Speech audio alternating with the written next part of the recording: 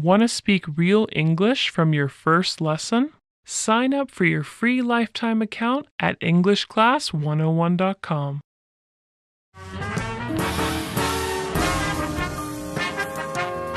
Welcome to EnglishClass101.com's English in 3 minutes, the fastest, easiest, and most fun way to learn English.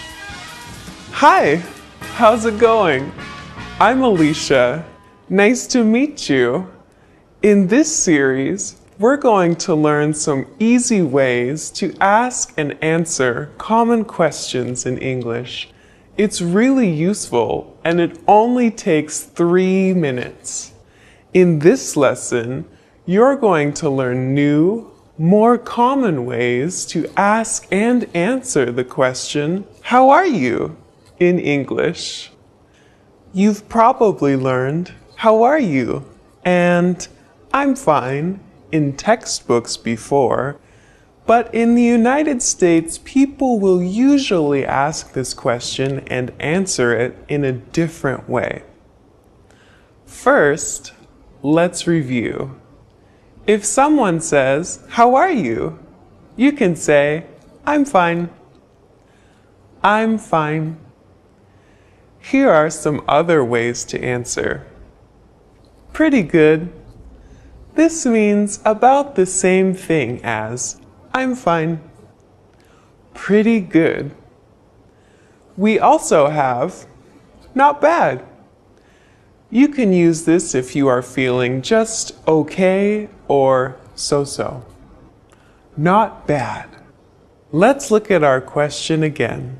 How are you? This is the most well-known way of asking how someone is. You could use it when you want to be polite. But now, let's look at some different ways to ask how someone is. These ways are more casual and much more common. First, "Hey, how's it going?" Hey, how's it going? You can answer this in many ways. If you're feeling good, you can say, "Good." Good. Pretty good. Pretty good. Not bad. Not bad. Once more. Good. Pretty good. Not bad. Here's a tip. Even though these answers mean the same thing as "I'm fine," you can't answer "How's it going?" with "I'm fine." It will sound a bit strange. If you're not feeling good, you can say "not so good." Not so good. Not great. Not great. Or not so well. Not so well. Be careful. If you say one of these, the other person will usually ask, "Why? What's wrong?" to be polite. Then you will have to explain. Another casual but very common version of "How are you?" is "What's up?" What's up? To reply, use a cheerful voice as you say, "Not much," "Not much," or "Nothing much," "Nothing much." This means you're free and able to chat. Since "what's up" is just another way of saying hello, you can also reply with "Hey" or "Hi." Now it's time for Alicia's advice. A lot of the time, when we ask questions that mean "How are you?" in English, we're not actually asking about the other person's health. We're only asking to be polite. You should think of these questions as another way of saying hello, a way for the conversation to get started, instead of actual literal questions. In fact, when someone asks you, "What's up?" you don't even have to answer. Just say, "What's up?" in reply.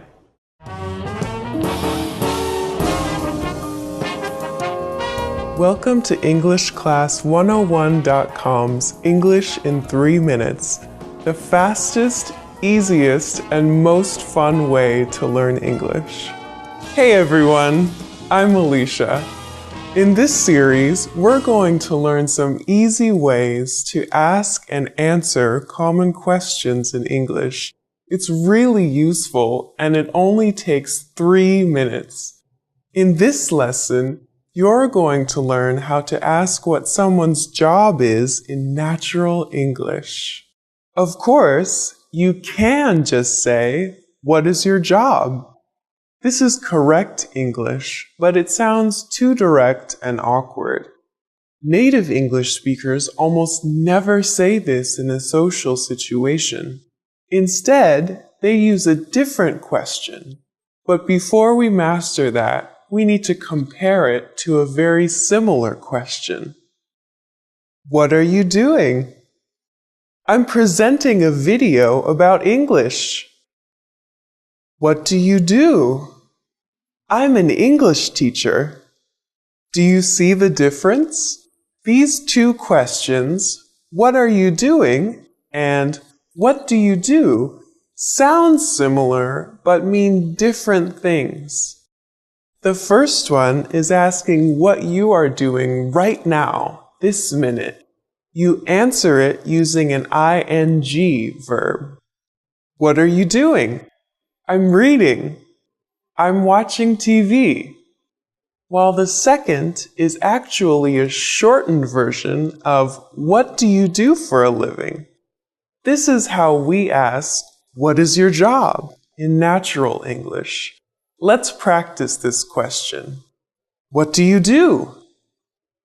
What do you do? When native speakers of English ask this question, it can come out very fast and sound more like, what do you do?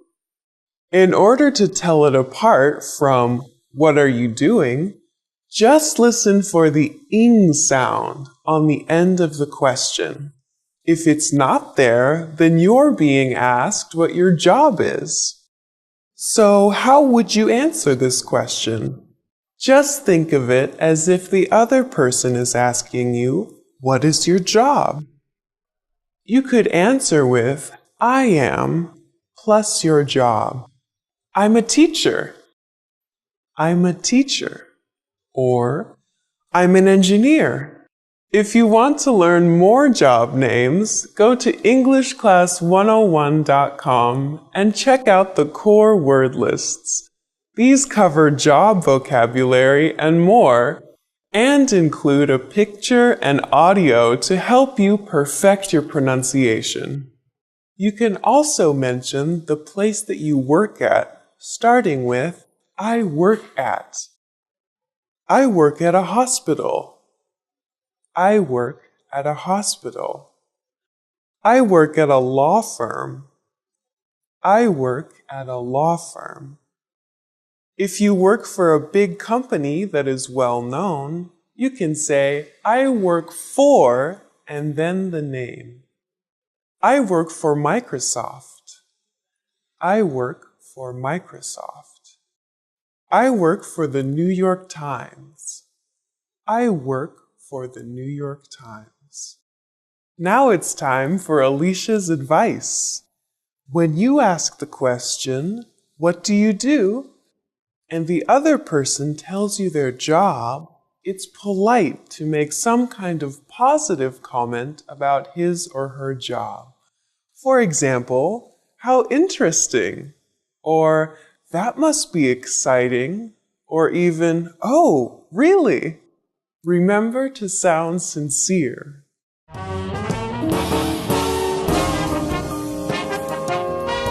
Welcome to EnglishClass101.com's English in 3 minutes, the fastest, easiest, and most fun way to learn English. Hey everyone, Alicia here. In this series, we're going to learn some easy ways to ask and answer common questions in English. It's really useful and it only takes 3 minutes.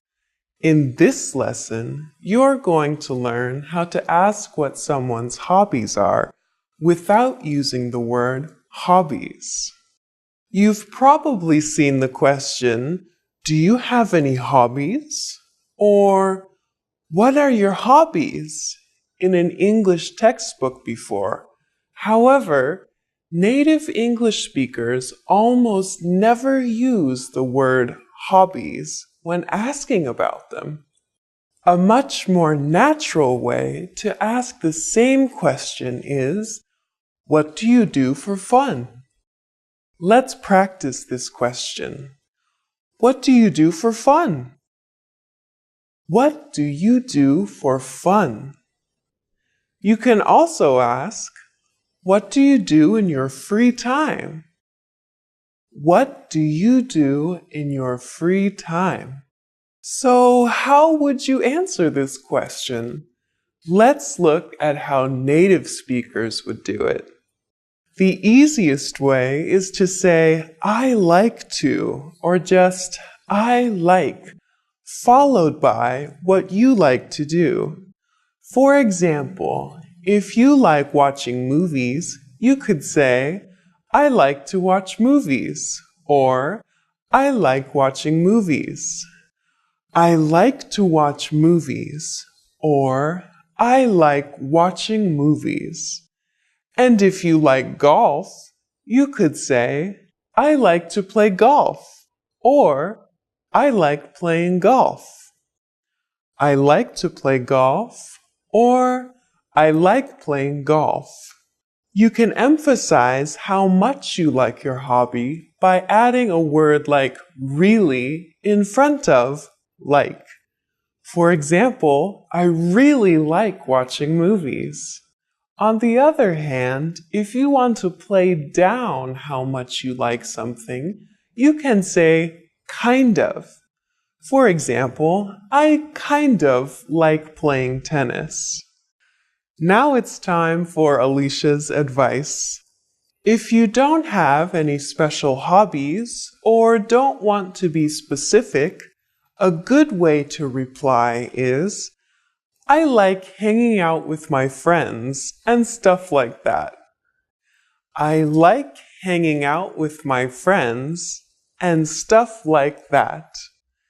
Just use "I like" and add "hanging out with my friends" and then add "and stuff like that."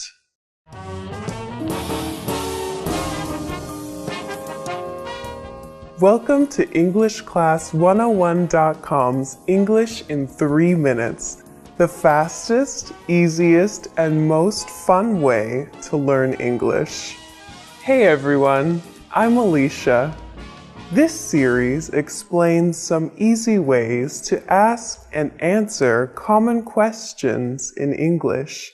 It's really useful and it only takes 3 minutes. In this lesson, you're going to learn some different ways people will ask you, "Where are you from?" First, though, "Where are you from?" can mean many things. It can mean, "What city are you from?" or "What state are you from?"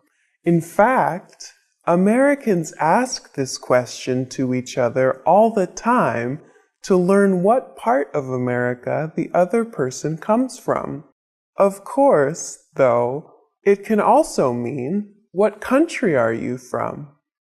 If you want to answer this question, there are 2 ways to do it. You can say, "I'm" plus your nationality, as in, "I'm Japanese," or "I'm Brazilian." Or you can say, "I'm from" plus the country you are from, as in, "I'm from Italy," or "I'm from Thailand." If you're from a really famous city or place, you can say that too. For example, "I'm from Beijing," or "I'm from New Delhi." Many times, though, Americans won't ask, "What country are you from?" or even, "Where are you from?" In many casual situations, they will say it in a simpler way. "Where are you from?" This is just like, "Where are you from?" but they take out the "are." Where are you from? You can use this too in casual situations. Of course, in the United States, as in other parts of the world, people may be a little more indirect because they want to be polite. To do this, they might ask you if you are from the place where they meet you. For example, if you meet someone in New York, they might ask, "Are you from New York?" Or if you are in San Diego, they might ask, "Are you from San Diego?" Many parts of the United States are very multicultural, so asking the question this way avoids what could be an embarrassing mistake. You can answer this the same way you answer, "Where are you from?" Just add a simple "no" in front. For example, you can say "no" plus "I'm" plus nationality. "No, I'm French." Or "no" plus "I'm from" plus country. "No, I'm from Russia." Now it's time for Alicia's advice. Since the United States is very large, people you meet may take great pride in the place or region they come from. If you ask someone about where they're from, they may respond by saying something like West Coast or the East Coast or California or the South or the Midwest. If they answer in this way, it usually means they are interested in talking more about their region and how it differs from others.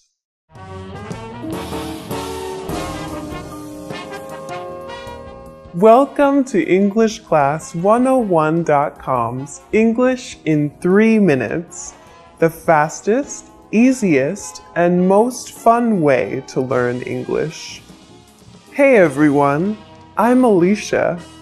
This series will teach you some easy ways to ask and answer common questions in English. It's really useful and it only takes 3 minutes. In this lesson, you're going to learn some new ways to ask someone, "What's your name?" including one that you can use when you have forgotten someone's name. Now, "What is your name?" was probably one of the first questions you learned when you started studying English. I have to tell you, though, that most native speakers of English would never say this. In English, just like in other languages, it is often more polite to be a little indirect. Of course, the easiest way to avoid asking the question directly is to not ask at all. Just introduce yourself, and most people will respond by doing the same. When introducing yourself, simple is nearly always best. Just say, "Hi, I'm Alicia." To show that you want to know the other person's name, just add "and you" at the end. "Hi, I'm Alicia. And you?" "Hi, I'm Alicia. And you?" Just like before, take out my name, Alicia, and put your name in its place. After you say this, the other person will tell you his or her name. Okay, now let's talk about an embarrassing situation that happens to everybody. You have already met this person once before, but you have forgotten their name. The most polite thing to do in this situation is to apologize and ask again. There's a simple way to do this that's also polite. I'm sorry. What was your name again? I'm sorry. What was your name again? This sentence is very similar to "What's your name?" but it has three important differences. First, we say, "I'm sorry." A small apology can go a long way. After that, we say, "What was your name?" This is just like, "What is your name?" But instead of is, we use the past tense was. This is really important as it tells the other person that you remember meeting them. You haven't forgotten him or her. You have just forgotten the name. This little word makes all the difference. I'm sorry. What was your name? Finally, we add again to the end. This is another hint that tells the other person that you remember learning his or her name before, but you just can't recall it right now. I'm sorry. What was your name again? This phrase is appropriate for both formal and informal situations. Now it's time for Alicia's advice. In the United States, it's normal to address people by name in conversation more than once. In both formal and informal situations, it's a way to show respect or interest in the other person and can help you make friends. It is also a great way to practice someone's name so you don't forget it. If you are talking to someone named Anne, for example, instead of just, "What do you do for fun?" you could say, "Anne, what do you do for fun?" You can also put the name at the end of the sentence. What do you do for fun, Anne? You don't want to say the person's name too often or it will sound a little strange. But if you practice someone's name like this, you won't forget it. And people love to hear their own name.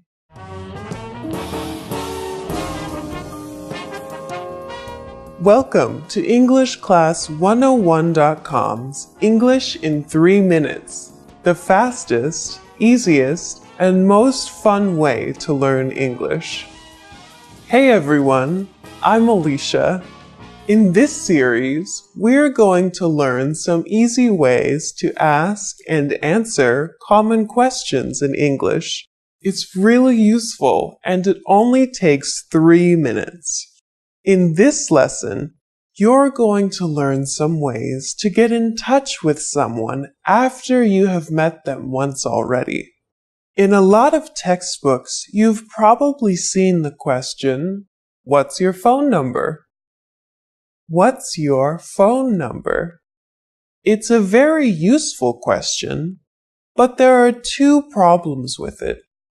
First, it can sound a little too direct, especially when talking to members of the opposite sex. And second, people use the phone a lot less these days than they used to. Instead, they might prefer to connect by email or on a social network like Facebook. To start, though, a simple variation on "What's your phone number?" that sounds a little less direct is, "Could I get your number?" Could I get your number? We start the sentence with could, which softens the request. Next say I, then get, and finally your number, which is short for your phone number. This question is slightly casual, but it can be used in almost any situation. Recently, many people prefer to use email rather than the phone to communicate. Asking someone for his or her email address is also a little less direct than asking for their phone number. Could I get your email address? Could I get your email address? We just took could I get your number and replaced number with email address. It's that simple. Could I get your email address? If someone asks you either of these questions, you can reply by saying, "Sure, my phone number is." "Sure, my phone number is." Or, "Sure, my email address is." "Sure, my email address is." Or, "Sure, it's," and then say your phone number or email address at the end. By the way, if you're having any trouble with numbers, check out EnglishClass101.com's core word lists for these and other key vocabulary words. Each word comes with a picture, audio samples so you can perfect your pronunciation, and sample sentences and phrases so you can master its use in a sentence. Recently, many people use social networks like Facebook or LinkedIn or an online chatting service like Skype to communicate. People might ask you about these, especially if they are younger. If someone wants to connect with you through one of these services, they may simply ask, "Are you on?" followed by the name of the service. Are you on Facebook? Are you on Facebook? Are you on LinkedIn? Are you on LinkedIn? Are you on Skype? Are you on Skype? To answer, you can simply say, "Yes, I am," or "No, I'm not." If you respond with, "Yes, I am," the other person may ask how they can connect with you on one of these services. Of course, if you're not on one of these services, they won't be able to contact you. If you still would like to stay in touch with the person, though, you can say, "No, but my email address is," or "No, but my phone number is," and then say your email address or phone number. By telling the other person a different way they can contact you, you'll show them that you want to hear from them. Now it's time for Alicia's advice. If you ask someone for their phone number, their email address, or some other form of contact information, they will usually give it to you if you have gotten to know them a little beforehand. If you ask too early in the conversation, though, they may be hesitant about sharing that information. The key is to make sure you talk for some time before requesting this kind of personal information.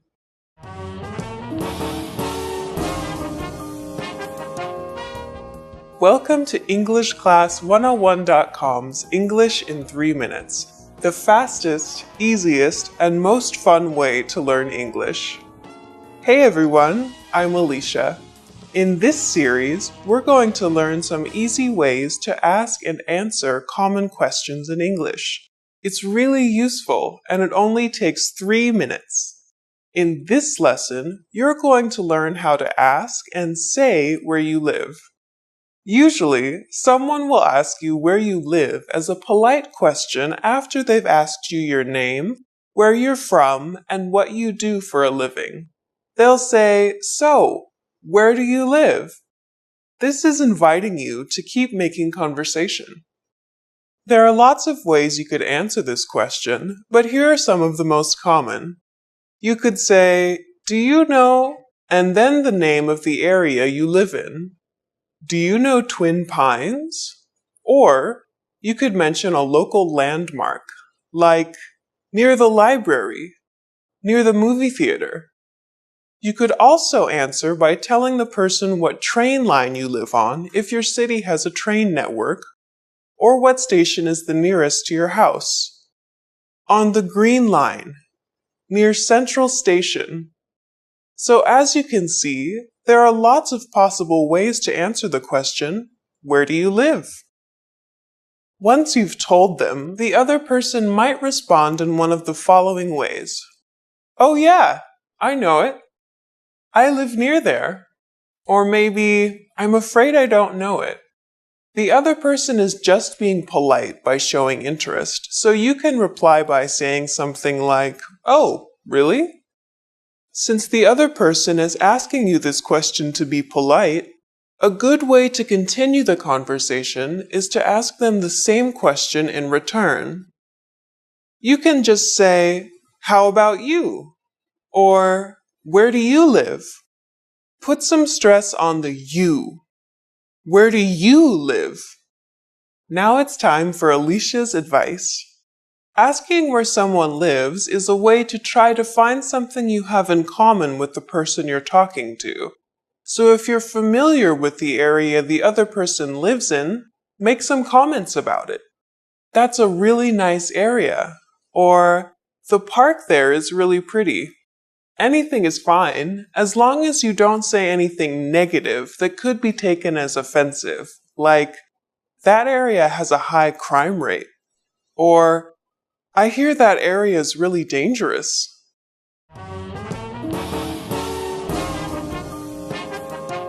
Welcome to EnglishClass101.com's English in 3 minutes, the fastest, easiest, and most fun way to learn English. Hey everyone, I'm Alicia. In this series, we're going to learn some easy ways to ask and answer common questions in English. It's really useful and it only takes 3 minutes. In this lesson, you're going to learn how to ask someone where they went to school or college. Asking someone where they went to college is a good small talk question and conversation starter. However, you have to be careful not to offend people if they didn't go to college. We'll tell you how to do this. The question is simple. If the other person is over 22, it's likely they will have left college already, so you ask using the past tense. Where did you go to college? You could also say, where did you go to school? In American English, depending on context, school often means the same as college. If the other person is British or European, however, they're more likely to say, where did you go to university? The answer to this question is really easy. All you say is, I went to university in city. I went to Southern Oregon University in Ashland. If the name of the city or town is part of the university's name, like Tokyo University or Oxford University, you can add the name of the country instead. I went to Tokyo University in Japan. Once you've heard the other person's answer, it's polite to make some kind of comment. For example, wow, that's a really famous university. Or just, oh, really? Sometimes, when you ask, where did you go to college? The other person might reply, I didn't go to college. In this situation, you should be careful how you reply so as not to appear rude. It's polite to not act surprised, but instead make a positive comment like, oh, really? Or ask a question like, did you go straight into a job? Now it's time for Alicia's advice. A good follow-up question to keep the conversation going is to ask the other person, what did you study? Or, what was your major? This gives them an opportunity to talk about something they're interested in. In the next lesson, you'll learn how to ask another basic question about the other person, which often features in first-time conversations between native speakers. That's, do you have any brothers or sisters? See you next time!